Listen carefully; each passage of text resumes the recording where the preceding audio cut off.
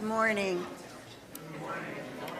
and welcome to First Parish Brewster Unitarian Universalist. I'm Margaret Rice Moyer, assisting this morning with worship leader Joanne Powers. And we both welcome you to First Parish. We embrace all faith traditions and beliefs. What matters to us is not what you believe, but how your beliefs help you connect spiritually with yourself, with others, and beyond. That is the work of our faith. Whether you identify as Christian, Jew, Muslim, Buddhist, theist, agnostic, atheist, we are interested in how your beliefs guide you, how they guide you in the good work in the world. Our goal is to grapple with the isms of the world so that we can live and love with integrity to our highest, most grounded selves. We are a joyfully inclusive community whose mission is opening hearts, growing souls, and turning love into justice.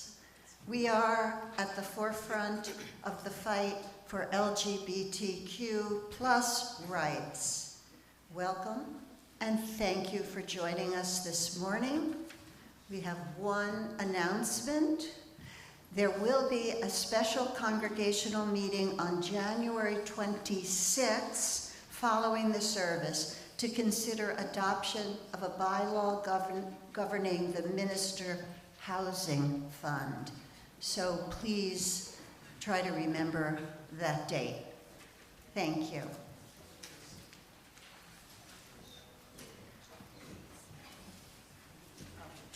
We're singing? No. I want to read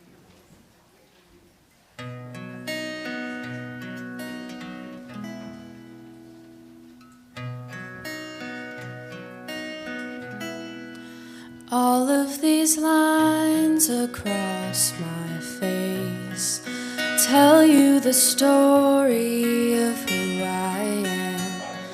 So many stories of where I've been and how I got to where I am. But these stories don't mean anything when you've got no one to tell them to. It's true, and I was made for you. I climbed across the mountain tops, swam across the ocean blue.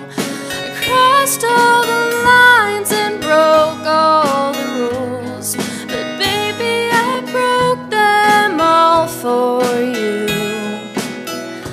Oh, even when I was flat broke, you made me feel like $1,000,000.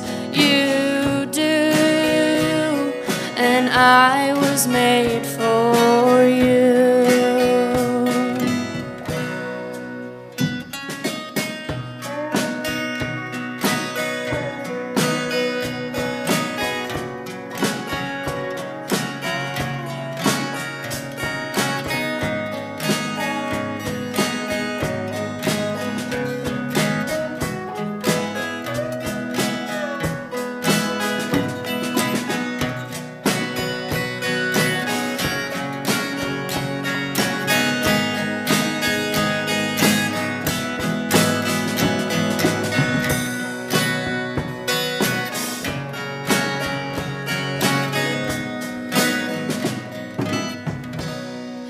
You see the smile that's on my mouth. It's hiding the words that don't come out. And all of our friends who think that I'm blessed, they don't know my head's a mess. No, they don't know who I really am.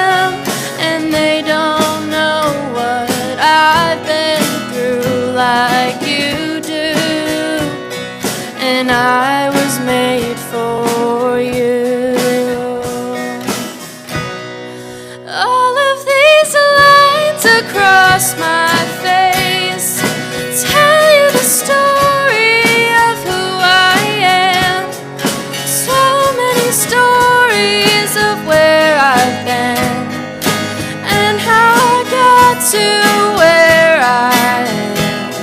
Oh, but these stories don't mean anything when you've got no one to tell them to. It's true that I was made for you. Oh yeah, it's true that I was made for you.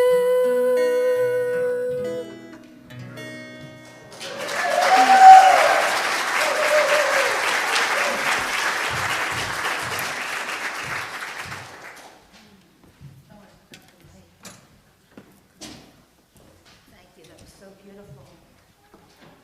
That was beautiful. Oh, crash. This is a story that I used to tell my kids when they were growing up. And it was one of our favorites, so I wanted to share it today. You can't see necessarily the pictures unless you come closer. It's called Company's Coming by Arthur Yornings.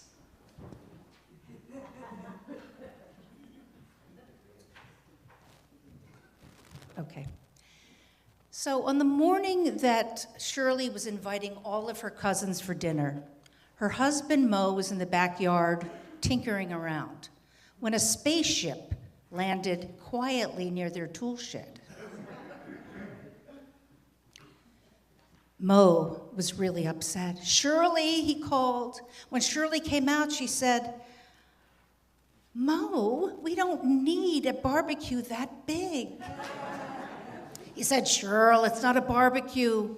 And just then, a hatch opened up on the spaceship, and out came two small aliens from another planet.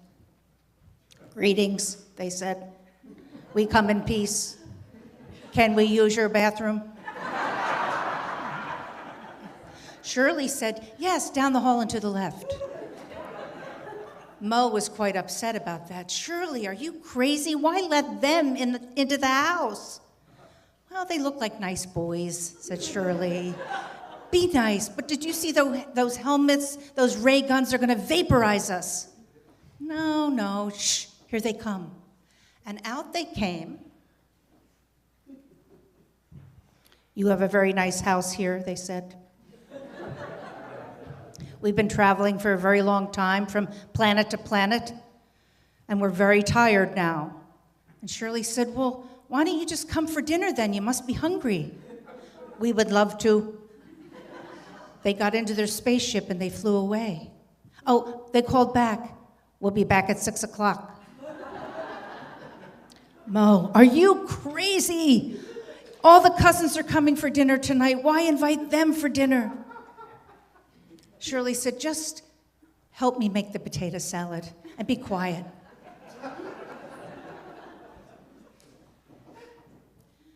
But when they went into the house, Mo snuck upstairs pretending he had to wash his hands. But instead, he got on the phone and he called the FBI. The FBI called the Pentagon. The Pentagon called the Marines, they called the Army and the Air Force. By 5:45, when the Martians were coming, the house was surrounded. You can't really see it, but all the tanks and everything are pointing to their little house. Inside, the cousins were panicked. Shirley said, "So they look a little different. What's the big deal?" And then Mo heard something. He went to the window and he looked out and he saw it was humming. The Martians were coming in their spaceship. Hope I'm not scaring anybody.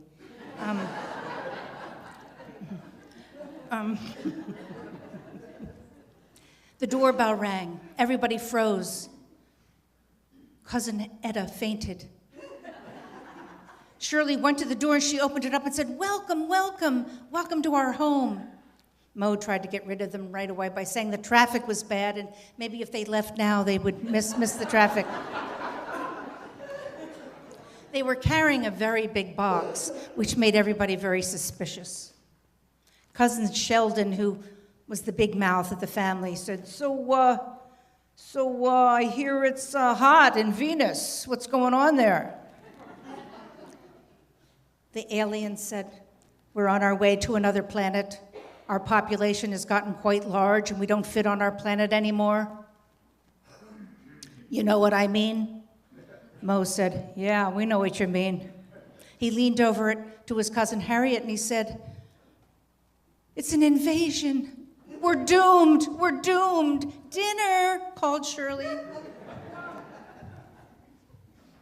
And the Martian said, "Oh, please, before dinner, we have something for you. It'll really knock you out." "It's a bomb. It's gas. It's a laser," said Etta. She yelled it and then she fainted again. Soldiers burst into the house. The tanks were pointed to the gift. Shirley gingerly opened the gift. It's a. Mo was sweating from head to foot. Oh no, Mo and Sheldon fainted. "It's a blender.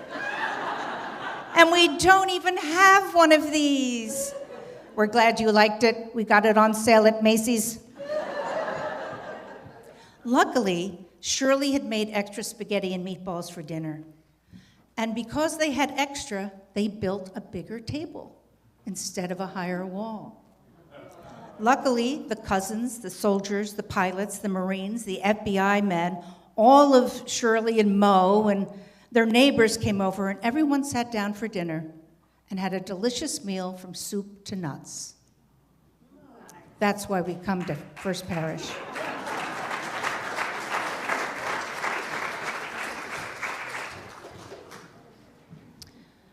Does anybody want to light the chalice down there? We need some help. Yeah, thank you.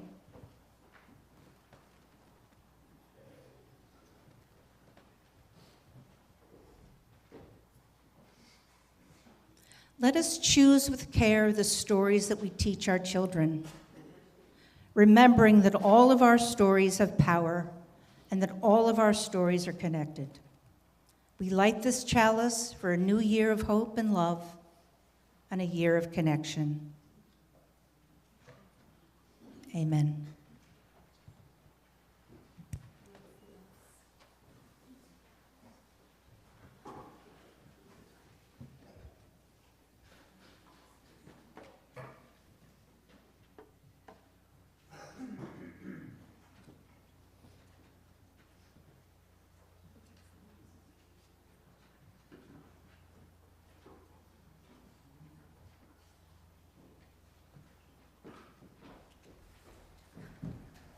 Thank you. Will you join with me in reciting our unison affirmation? We believe in love. Love is the doctrine of this congregation. We believe in truth. We believe in helping others. We believe in the sacredness of life.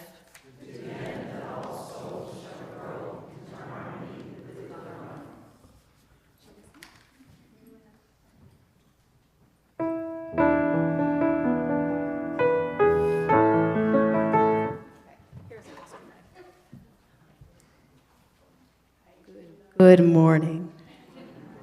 Let's rise in body or spirit and sing together the opening song. It's from the Gray Hymnal, 346. Come sing a song with me.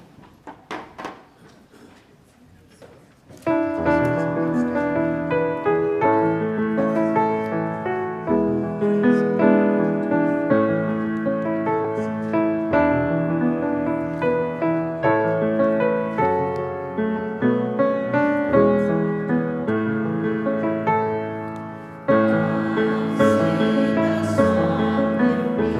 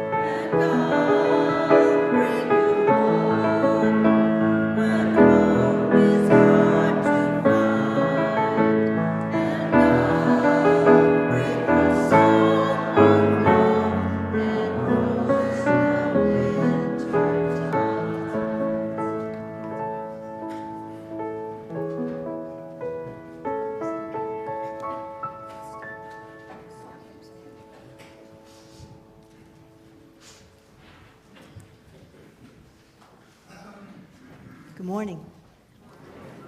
I'm Deb Selko, and I'm here to make a story with you. We're talking about story this month. This is the theme. Joanne has shared you this incredibly wonderful, funny story about aliens and story in which something happens and there are people, and even though you don't know much about them, you do know a little, who faints, who serves dinner, you know a lot. So I'm going to ask you to do something I've never done before.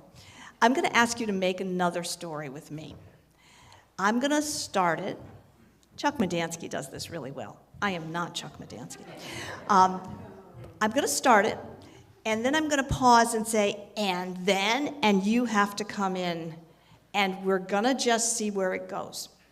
And we'll see if at the end I can kind of bring it back together. But I don't know, I've never done this before, I'm jumping off here. So come with me and let's see if we can make a story. The story is going to be about a girl, and she's just had her 10th birthday. Her name's Molly. And unfortunately, her 10th birthday, which happened towards the end of November, was nothing like she had hoped it would be. For one thing, the party she had planned didn't really happen the way she thought it would. For another thing, she kept hearing her parents arguing at night. And she knew stuff was going on, and she didn't know what it was, and it just was uncomfortable. For another thing, her best friend, what do you think happened with her best friend this week? Just before her birthday, what went wrong with her best friend? Her best friend is going to move away. So she's sad. And for another thing, the math test that she studied really hard for last night. She failed. So Molly wasn't having a very good time of it. And so when she got home that day after school, and her dad said, it's tonight. She said, well, what are you talking about? I don't know what you mean about it's tonight. And he said, Molly, you just turned 10. And in this family, when you turn 10, something big happens. Happened to all three of your brothers. Do you remember? Molly said, oh, you mean the turtles? He said, yeah, tonight's turtle night. I just got a call from Audubon, and we've been assigned to do a turtle rescue walk tonight. Well, actually, really early tomorrow morning. We need to be on the beach at 5 a.m. Are you in, Molly? It's your turn. You've never done this before, but you're 10 now and you're old enough. Molly said, ooh, it will be very dark. And he said, yeah, but Molly, you grew up on this beach. You know what this beach is like. We've walked on this beach. We go to this beach all the time in the summer. You know exactly what this beach is like. And she said, that's right. Of course I do. I love things about that beach. And he said, okay, we'll be fine. And she said, but I'm thinking it's pretty windy right now. And her dad said, yeah, and that's why the turtles come in. We're waiting for that wind from the north and the west to blow the turtles in because, they're floating out there, cold stunned, and the only way we can save them is if they wash to shore and we pick them up. And so we're going out 1 hour after the high tide because that's when you go on a turtle rescue. And it's tonight. Are you in? And Molly said, I'm in.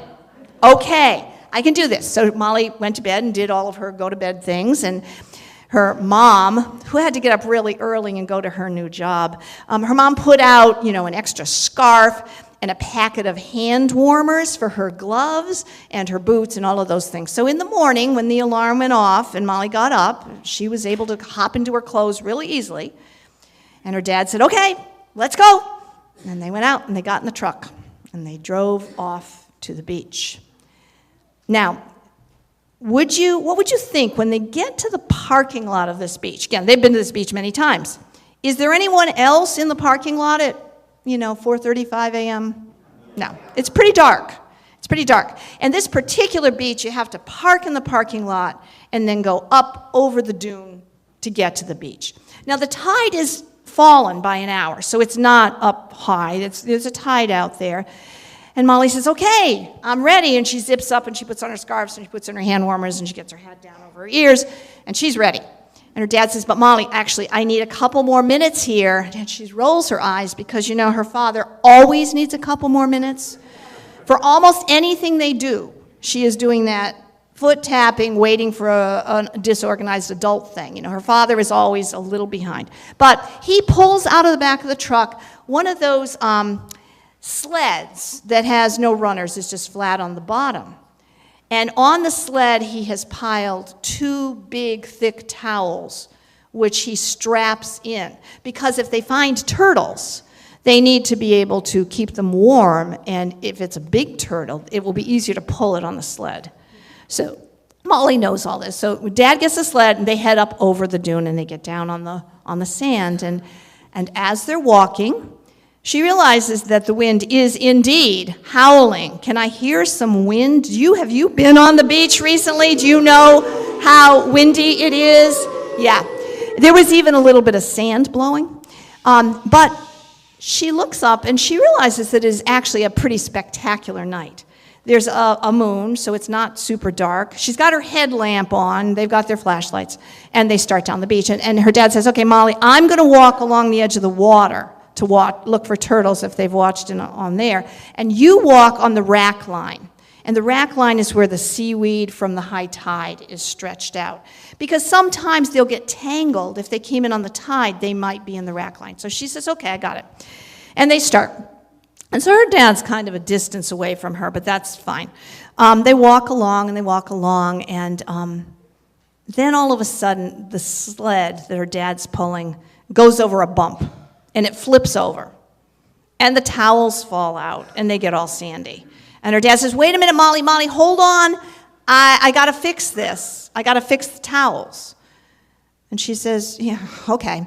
And so she goes back and stands with her dad. And, of course, he can't get his gloves off, and he can't get the towels shaken out.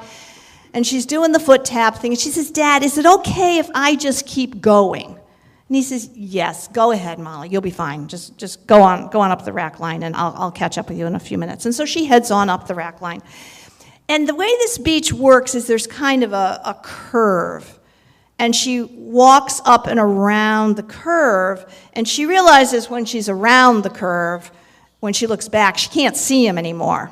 But, she's been on this beach a lot. That's fine. She wants to find turtles. So she keeps walking, and she's right next to the dune. And up over on the other side of the dune is a marsh. This particular beach has a big marsh behind it. No houses, just a marsh. And so that's fine. She's walking along, and all of a sudden, she thinks she hears something. Now, she can't be sure that she hears something, but she thinks she does. What sound do you think she hears? It's very, very quiet on the beach at this time of night, so any sound is surprising. What does she hear? Hoo, hoo, hoo. Huh. And she thinks, okay, it's probably an owl. I know owls. Owls are cool. So she keeps going. She hears the sound again, but it's kind of muffled. And she keeps going, and then she thinks, I hope that owl's okay. I hope there's not something wrong with that owl. Because the owl stops sounding quite as vibrant as it did and starts sounding a little chokier. And she thinks, this is really weird. Maybe I need to go take a look and see what's going on the other side of this dune. And so she very carefully makes her way, even though she knows you're never supposed to walk on the dunes, but she finds a place where there's a path. And she heads up, and when she gets to the top of the dune, she looks out over the marsh. And what do you think she sees? A turtle in the marsh. That would be an amazing thing, to have the turtle wash up onto the marsh. And actually, she doesn't see a turtle, but she does see something else. What else do you think she might see over in the marsh? Oh. What'd you say? A heron. You're exactly right. She sees a little green heron, and it didn't really sound like an owl. Or maybe there was an owl also, and she didn't know. But what she sees in the marsh is a heron, But it's not standing on the edge of the water, fishing like herons usually do. It's actually kind of bent over. It's kind of, off balance. And she looks at it, and it kind of makes a sound again, only this time it sounds hurt. And what do you think it sounds like now? Yeah. And she's looking at it, and it's kind of, twitching a little bit. And so she goes a little closer because, herons aren't that big, but they're not that small either. And they do have those long legs and kind of that big thing on the front. And she looks at it, and she realizes that, in fact, this heron that is over the dune, in the marsh, with all the vines and stuff, what do you think has happened to it? It's tangled. It's caught. And she goes, oh. And she kind of goes back to the top of the dune, and she looks down the beach, and her father is still fixing the sled. Although it looks like he's almost done, because he's standing up again. But he's too far away for her to call him. So she thinks, I got to do something here. This bird is hurting. I need to do something for this heron because it needs my help. And while there's a lot of stuff I haven't been able to do anything about lately, I can figure something out for this heron. And so she goes a little bit closer, and she realizes that it really is tangled. And she starts to untangle it a little bit, but then she gets a little nervous about picking up this bird because she doesn't want to get hurt either. She wants to save it, but she doesn't want to hurt herself. So by this time, her dad actually has made his way up the beach. And she runs back up to the dune top again. She looks out and she says, Dad, come here. And what does he do? Does he come there? Of course he does, because he's that dad. He's out trying to save turtles. He's certainly going to go save his kid, right? So Dad comes along, and he brings the sled behind him. He pulls it along, and when he says, Molly, what are you doing up there? What the heck is going on? She says, Dad, come here. And Dad comes up, and he looks, and he says, oh, this bird's in trouble. This bird is really, really lucky that you're here tonight. And she says, well, what are we going to do? We got to save the bird. What are we going to do? How are we going to do this? And he says, well, I have an idea. What do you think Dad thought of? The sled. What about the sled? Put the heron on the sled. Put the heron on the sled. But how do you pick up the heron? The heron is still flapping. It's very much alive. What would you? A blanket. But we don't have any blankets. But we do have towels for the turtles. And so Dad says, And Molly says, we can get a towel. So they go back to the sled, and they pick up the 2 towels, because they've got 2 in case they had 2 turtles. And they come back, and very carefully, because there are sharp bills and toenails and things that could hurt you here, they do what? Throw the towel over the heron, and very gently pick up the heron. Dad helps. And they get the heron down onto the sled. Now, it's still a little bit tricky to haul that heron back to the car without the towels coming undone or anything. So Dad says, I can't do this alone. You're going to have to help me. I'll pull the sled. But you need to walk right beside that heron and do what? Guard it. Exactly. Guard it. Maybe put your hand right on the side. Do whatever you need to do to take care of that heron, because it needs your help. And they do. And sure enough, they make it. They get all the way back to the car, and Dad says, well, what you do when you find a hurt bird is you do what? Call wild care. But unfortunately, it's not a very good time of night to call wild care. So maybe instead of calling wild care right now, we should take the heron home with us and keep it overnight, and in the morning, we'll call wild care. And that's exactly what they do. They get the heron into the truck, they keep it wrapped so it can't get hurt or escape, and they drive home. Now, Molly's thinking, oh, this is pretty cool. I've got a heron at my house. This is the best thing that's happened to me since I've been 10. And so she's happy, and Dad promises that in the morning, first thing, she'll probably go off to school, but he promises that he will call wild care. And they've dealt with wild care before, so they know that wild care is a group of people on the Cape that take care of things like this, and that they will come and take care of the heron. She walks into the house, and the most amazing thing is that right there on the kitchen table is a cup of hot chocolate.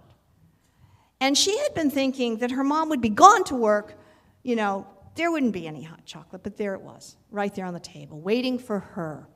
And so she sits down to drink her hot chocolate, and her dad sits down with her, and he says, you know, that's not usually how turtle rescue happens. You know, often we bring home, or we find turtles, and we send them up to Wellfleet where they get taken care of, but we found a heron. That's different. That's special. And you knew what to do. You knew how to get help. You knew how to take care of the bird. You were brave enough in the first place to go see what the sound was. That's pretty impressive. Molly thought about it and she said, okay, yeah, that's pretty good stuff. I did all that, didn't I? She said, but I don't want the heron to be gone. I'm going to miss this bird. I don't like that. And Dad says, yeah, I know, but herons have to go get fit. You know, this heron needs help. And so we're going to, you can say goodbye to it tonight, and then tomorrow the heron will go up to Wild Care. And, you know, maybe we can visit it, but we're going to send it on. And so at the end of the night, Molly went off to bed, and the heron got tucked into a box and was safe on the porch where it wasn't too warm in the house. And Dad, he was kind of slow, so he was always the last one up because he was fiddling with something. But Dad turned off the light in the kitchen, and he looked at the hot chocolate that his wife had managed to leave before she went off early to her new job.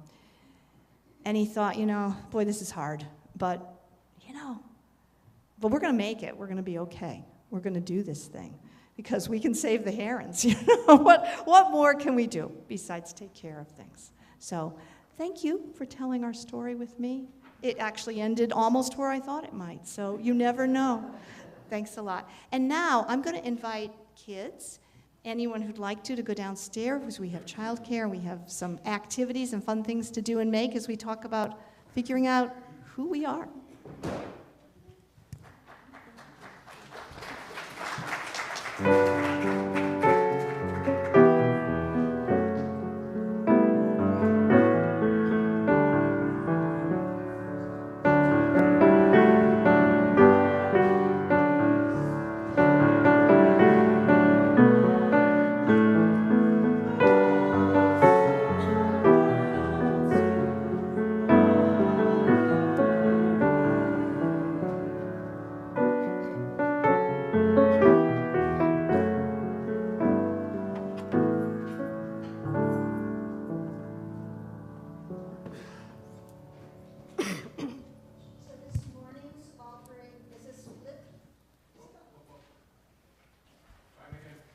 This morning's offering is a split plate with the Wampanoag Language Reclamation Project. The Wampanoag Language Reclamation Project was begun in 1993 under the direction of Jessie Littledoe Baird. Its mission to return language fluency after 150 years of dormancy to the Wampanoag Nation as a principal means of expression. The project represents a joint collaboration among the Mashpee, Aquinnah, Assonet, and Herring Pond Wampanoag. The organization was nominated by the Racial and Indigenous Justice Allies. Your offering will benefit this organization as well as First Parish Brewster. Make checks out to FPBUU with split plate in the memo, and please write a separate check for pledge payments. The offertory will now begin.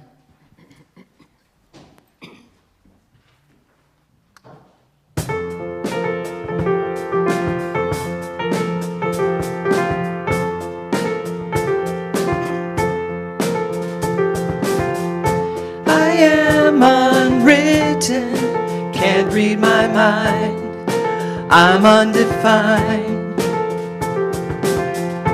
I'm just beginning, the pen's in my hand, ending unplanned.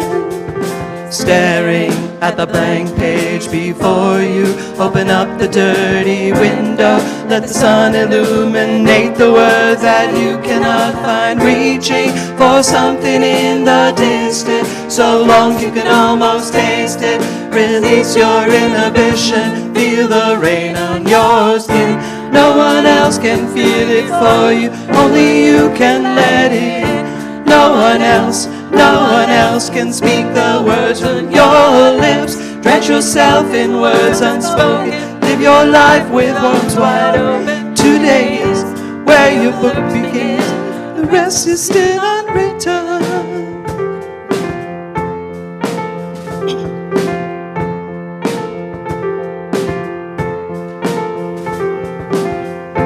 I break tradition, sometimes my tries are outside the line.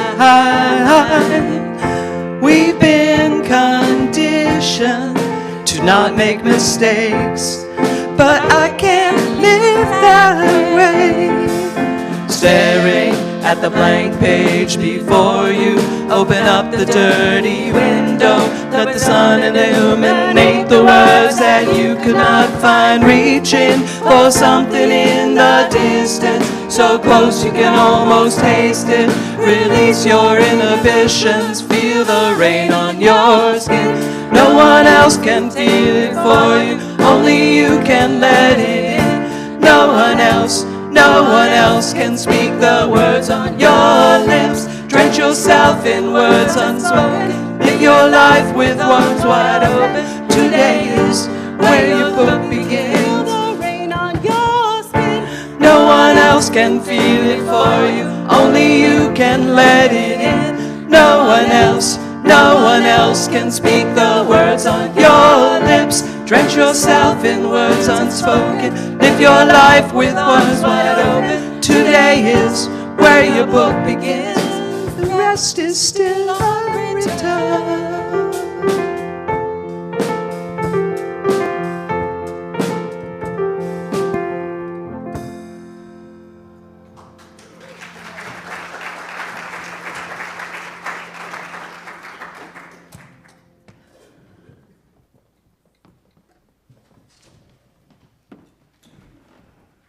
Is this one on there? Yes, it is. Okay.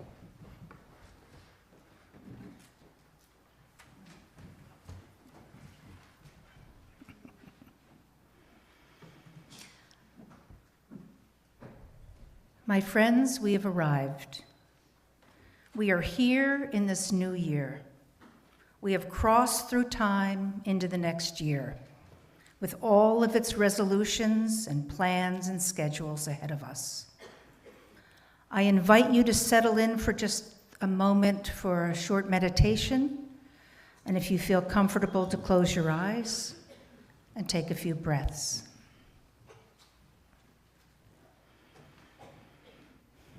Let us pause for just this moment before we move boldly onward. Let us pause to notice our own breathing, in and out. To feel our backs against the pew, to listen to our own heartbeat.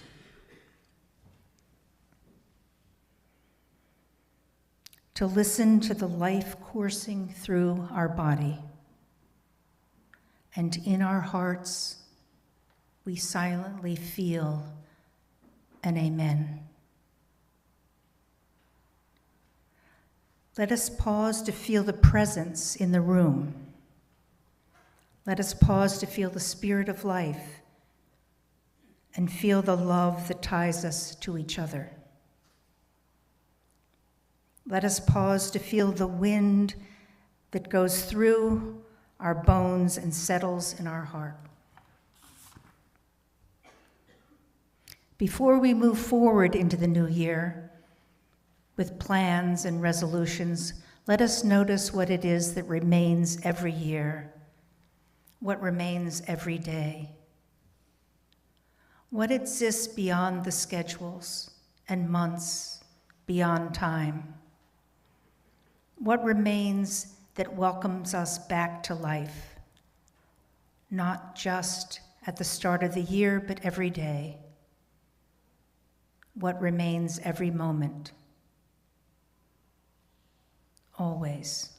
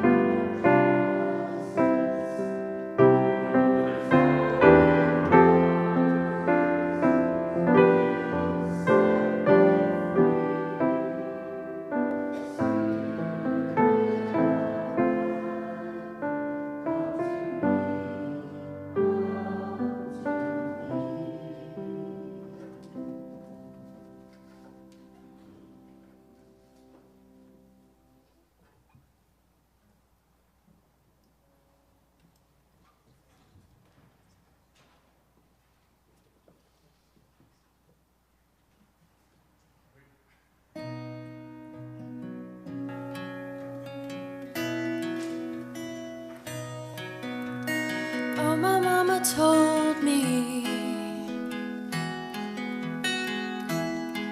'cause she said she learned the hard way. Says she wants to spare the children. She said, don't give her, sell your soul away, 'cause all that you have is your soul. Don't be tempted by the shiny apple. Don't you eat of a bitter fruit. Hunger only for a taste of justice. Hunger only for a world of truth, 'cause all that you have is your soul.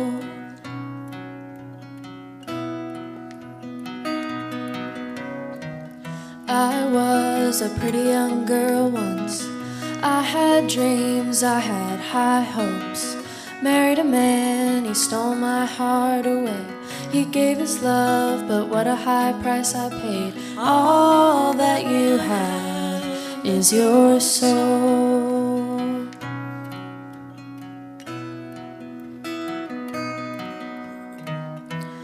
Why was I such a young fool? Thought I'd make history, making babies was the best I could do. Thought I'd made something that could be mine forever. Found out the hard way, one can't possess another. All that you have is your soul. Don't be tempted by the shiny apple. Don't you eat of a bitter fruit. Hunger only for a taste of justice. Hunger only for a world of truth, 'cause all that you have is your soul.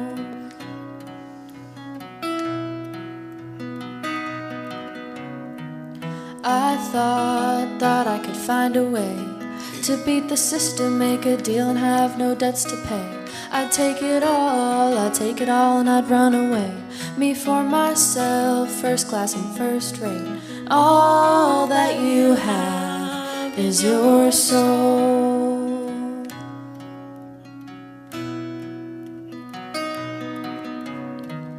Here I am waiting for a better day, a second chance, a little luck to come my way. A hope to dream, a hope that I can sleep again and wake in a world with a clear conscience and clean hands, 'cause all that you have is your soul.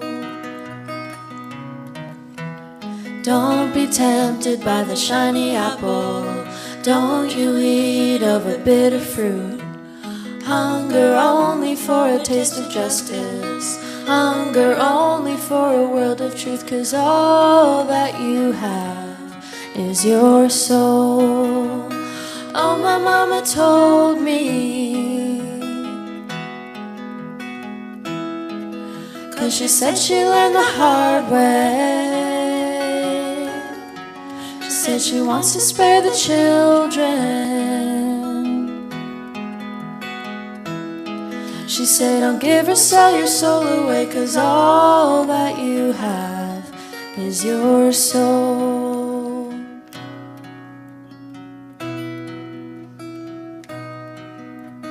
All that you have. All that you have.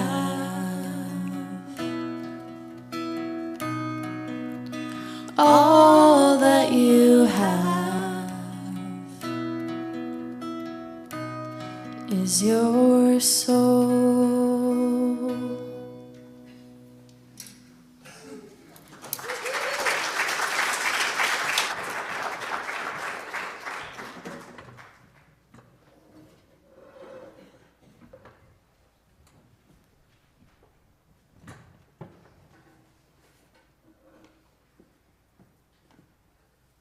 Thank you for that. That was so beautiful.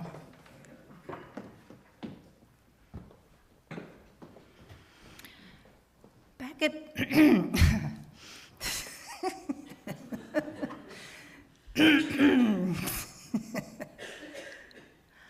back in college, I met my best friend, Susie.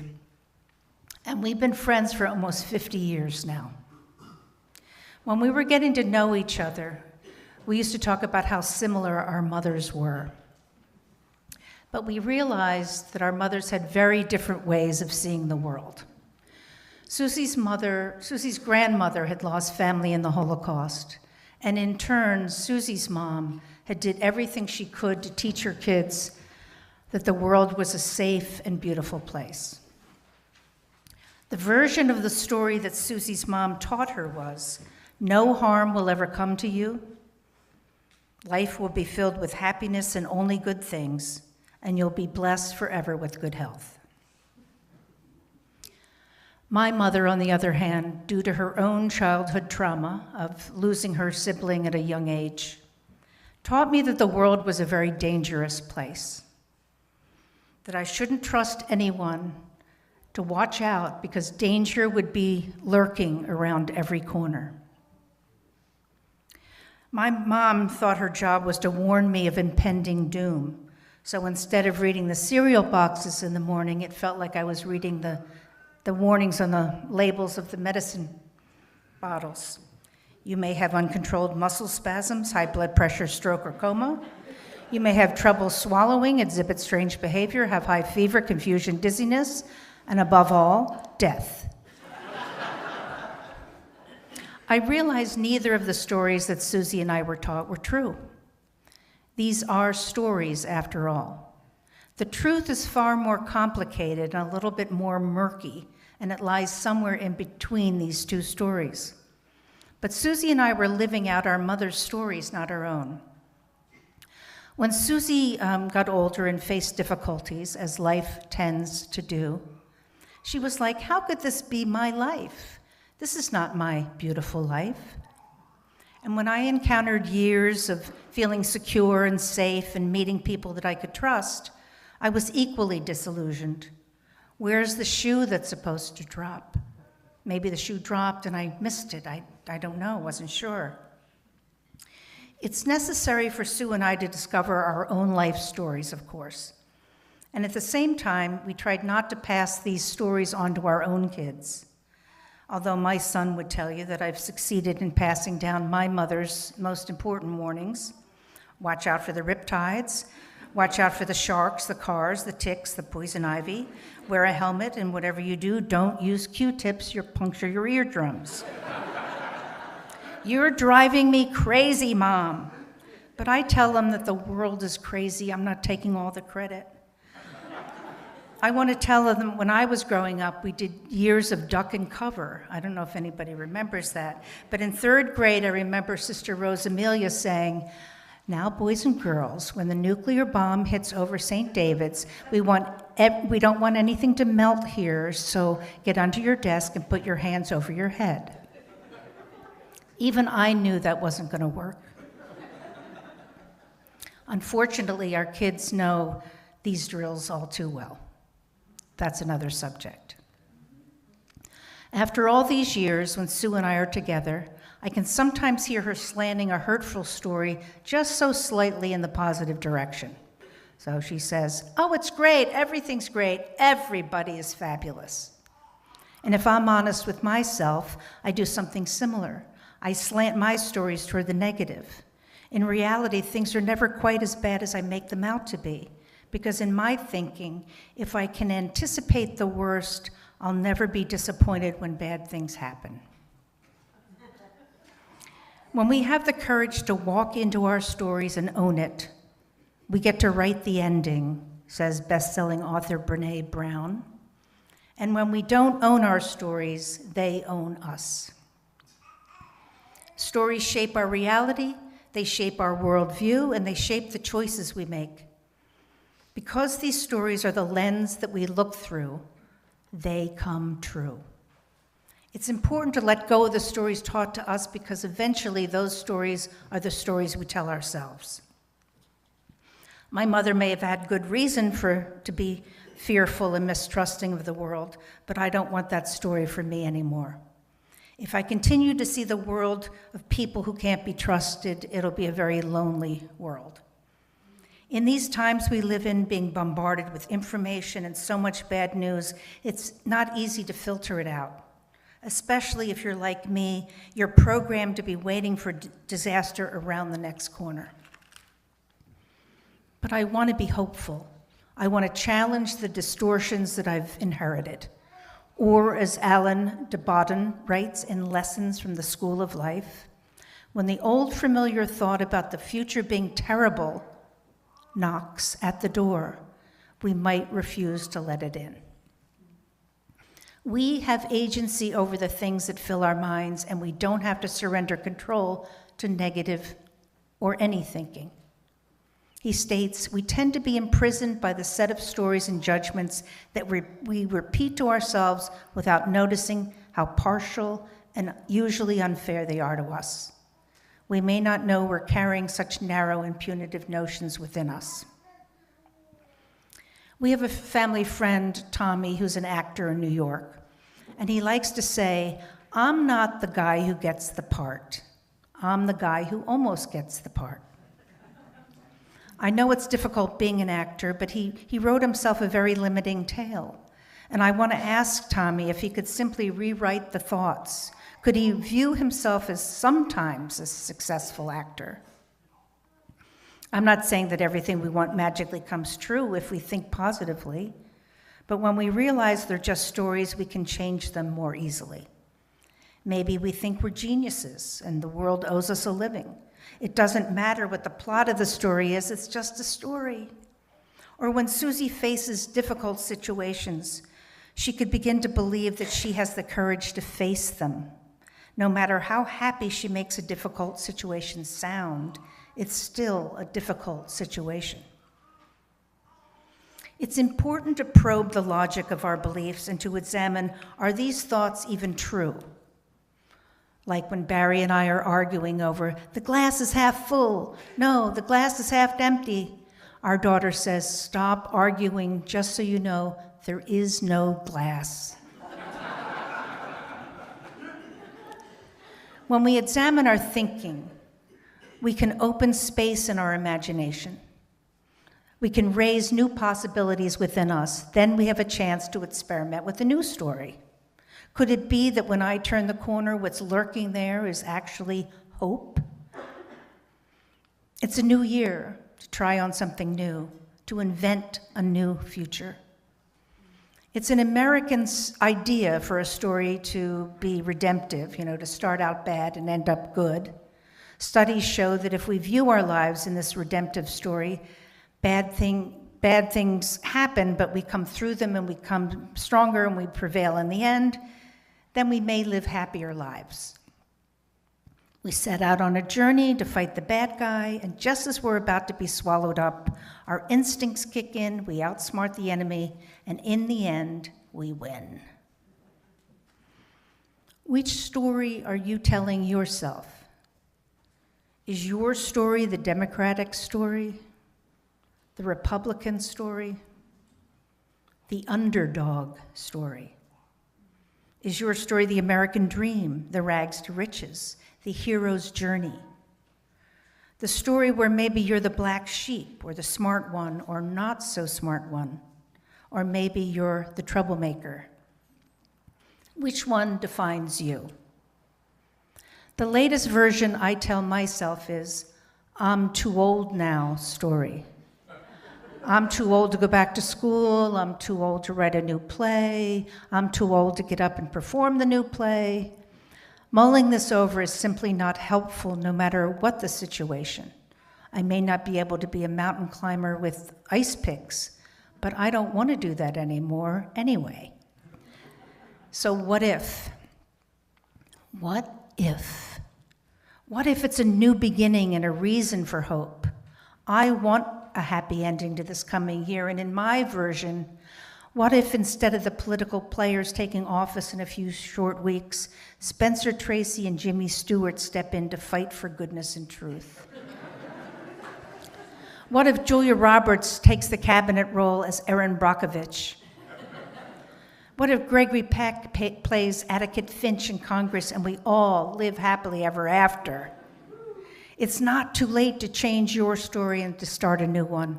It's up to us to shape our own ending. What have you been telling yourself, and how would you like to reframe it in 2025?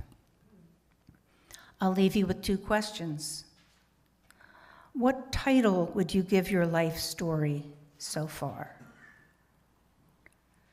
And who will you be in this next chapter?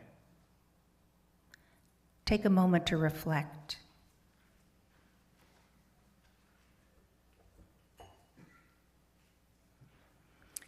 In the days ahead, you may want to share your story with others, or maybe even at coffee hour. Blessed be.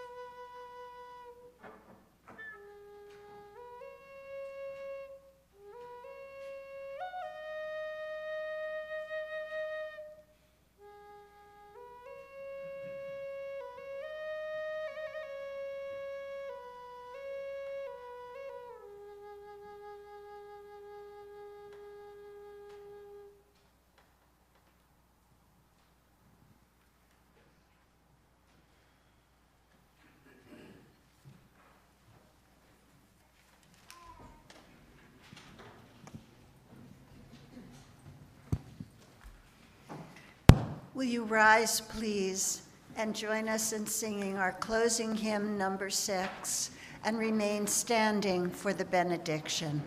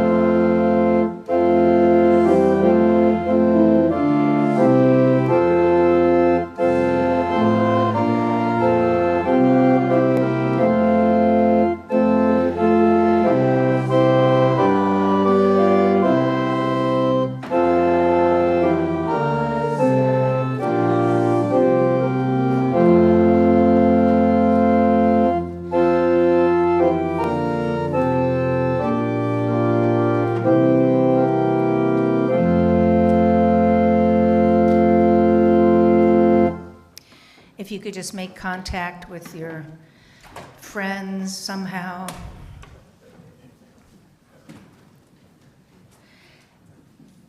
May we have the courage to speak the stories that need to be told. May we listen with a loving mind and heart to the stories of others here in our community and in our wider world. By sharing our stories, may we see things from different points of view, and in so doing, we all share in our common humanity. Go in peace.